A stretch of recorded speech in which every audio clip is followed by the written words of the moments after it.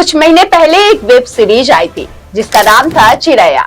Series में दिखाई गई कहानी को देखकर कई लोगों ने कहा ऐसा थोड़ी होता है, ये तो बस वेब सीरीज की कहानी है। लेकिन अब उत्तर प्रदेश के गोरखपुर से सामने आए एक मामले ने इसी सोच पर सवाल खड़ा कर दिया है, क्योंकि यहाँ भी एक महिला ने अपने पति पर आरोप लगाया है कि हनीमून के दौरान पीरियड्स आने की बात पर पति भड़क गया और उसके साथ मारपीट की गई।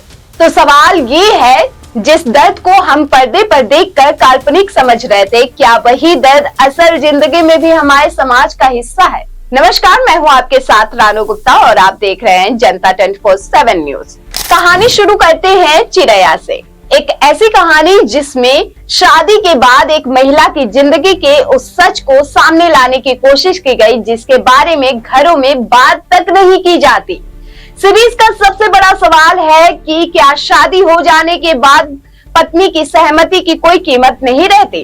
क्या पति होने का मतलब ये है कि पत्नी के शरीर और उसकी इच्छा पर उसका कोई अधिकार नहीं?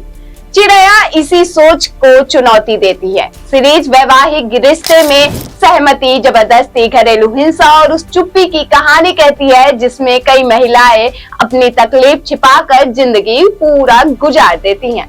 सीरीज का मूल सवाल यही है कि शादी किसी को दूसरे इंसान के शरीर पर अधिकार का लाइसेंस देती है या फिर नहीं। सीरीज की कहानी में कमलेश का परिवार है, जहां सालों से चली आ रही सोच और पारिवारिक संस्कारों के बीच एक नई पीढ़ी अनकंफर्टेबल सवाल खड़े करती है। शुरुआत में जो बातें घर के बड़े लोगों को बकवास बढ़ा चढ़ाकर बताई गई कहानी या आजकल की सोच लगती है, धीरे धीरे वही बातें उनके सामने एक कड़वी सच्चाई बनकर खड़ी होती है।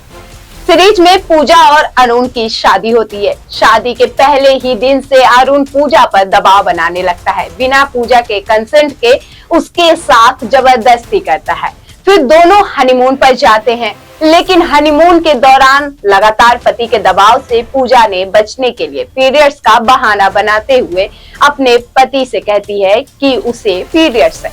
पूजा पहले से ही पति के व्यवहार को लेकर डरी हुई है, लेकिन उसकी बात समझने के बजाय अरुण बौखला जाता है और लगातार दरवाजा खटखटाने लगता है। हालात ऐसे हो जाते हैं कि पूजा को अपने ही पति से डर लगने लगता है और खुद को बचाने के लिए वो अपने निजी अंग को ब्लेड से जख्मी कर लेती है। सोचिए, एक महिला अपने ही शरीर को चोट पहुंचाने तक क्यों पहुंच गई? सिर्फ इसलिए कि उसे लगा कि शायद इसी तरह वो अपने पति की जबरदस्ती से बच सकती है। यही चिड़ैया सबसे बड़ा सवाल उठाती है। क्या शादी हो जाने के बाद पत्नी की ना की कोई कीमत नहीं रहती? क्या पति होने का मतलब पत्नी के शरीर पर अधिकार मिल जाना है? सीरीज इसी सोच, वैवाहिक हिंसा और महिला की सहमति यानी कंसेंट के सवाल को सामने लाती है। और शायद यही वजह है कि चिड़ैया सिर्फ एक कहानी नहीं बल्कि समाज के सामने रखा गया आईना बन जाती है। लेकिन अब कहानी से निकलकर असली कहानी की तरफ चलते हैं। 2023 के गोरखपुर में गोरखपुर की रहने वाली एक महिला की शादी 30 मई 2023 को दिल्ली निवासी निखिल मिश्रा से हुई थी। शादी से पहले 30 अप्रैल 2023 को गोरखपुर में गोद भराई का कार्यक्रम हुआ था। महिला का आरोप है कि शादी में उसके परिवार की तरफ से करीब 20 लाख रुपए नकद, हुंडई वेन्यू कार और अन्य सामान समेत 40 लाख रुपए से ज्यादा का दहेज दिया गया। लेकिन असली विवाद शादी के बाद शुरू होने का आरोप है। महिला के मुताबिक शादी के करीब एक महीने बाद यानी 4 जुलाई 2023 को वो पति के साथ हनीमून के लिए अंडमान निकोबार गई और यहीं से मामला गंभीर हो गया। महिला का आरोप है कि हनीमून के दौरान उसे पीरियड्स आ गए। उसे तेज पेट दर्द और काफी ब्लीडिंग हो रही थी। दर्द की वजह से वो रोने लगी। आरोप है कि पत्नी की हालत देखकर पति भड़क गया। महिला के मुताबिक पति ने उसे थप्पड़ और लात घूंसों से पीटा। इतना ही नहीं, उसने गला दबाने की भी कोशिश की। महिला की चीख सुनकर होटल के कर्मचारी कमरे के बाहर पहुंचे और दरवाजा खटखटाने लगे। आरोप है कि इसके बाद पति पीछे हटा और महिला की जान बच सके। यानी जिस जगह को आमतौर पर लोग शादी के बाद की खुशियों और यादों से जोड़ते हैं, उसी हनीमून ट्रिप को महिला ने अपनी शिकायत में हिंसा और डर से जुड़ा बताया। महिला के मुताबिक हनीमून से लौटने के बाद उसने ससुराल में अपनी सास को पूरी घटना बताई, लेकिन आरोप है कि वहां भी उसे समर्थन नहीं मिला। महिला का दावा है कि ससुराल में उसके साथ प्रताड़ना जारी रही और फिर 14 जुलाई 2023 को यानी शादी के महज करीब 45 दिन बाद उसे ससुराल से निकाल दिया गया। महिला का आरोप है कि उसका दहेज का सामान भी वापस नहीं किया गया। यानी 30 मई 2023 में शादी हुई, जुलाई 2023 में अंडमान निकोबार हनीमून पर गए और ससुराल से निकाले जाने का आरोप भी लगा। इसके बाद शुरू हुई इंसाफ की तलाश। अब इस कहानी का सबसे अहम हिस्सा, घटना 2023 की है, लेकिन इस मामले में एफआईआर अगस्त 2026 में दर्ज हुई।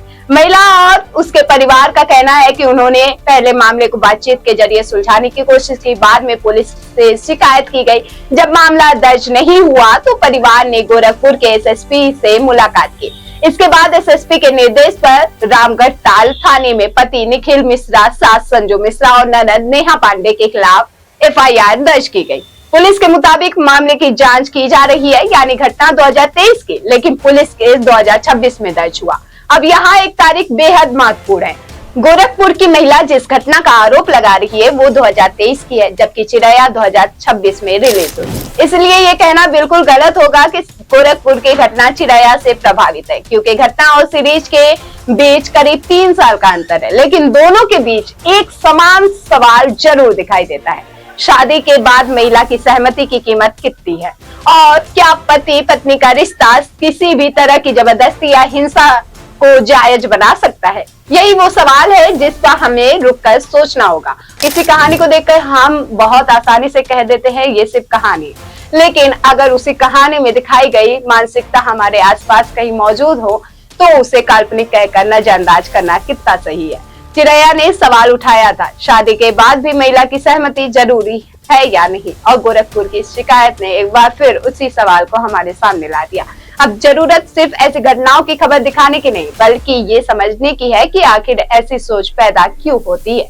कहानियां सिर्फ मनोरंजन के लिए नहीं होती, कुछ कहानियां समाज को आईना दिखाने के लिए भी होती है। चिरैया देखकर अगर किसी ने कहा था ऐसा कुछ नहीं होता, तो गोरखपुर की ये शिकायत हमें कम से कम एक बार रुककर सोचने पर मजबूर करती है, क्योंकि असली सवाल ये नहीं है कि चिरैया कहानी थी या हकीकत। असली सवाल ये है कि जिस सोच को हमने कहानी समझकर नजरअंदाज कर दिया, क्या वो सोच आज भी हमारे समाज में मौजूद है? और अगर जवाब हाँ है तो फिर जागरूकता की जरूरत सिर्फ स्क्रीन पर नहीं, हमारे घरों और हमारी सोच में भी है।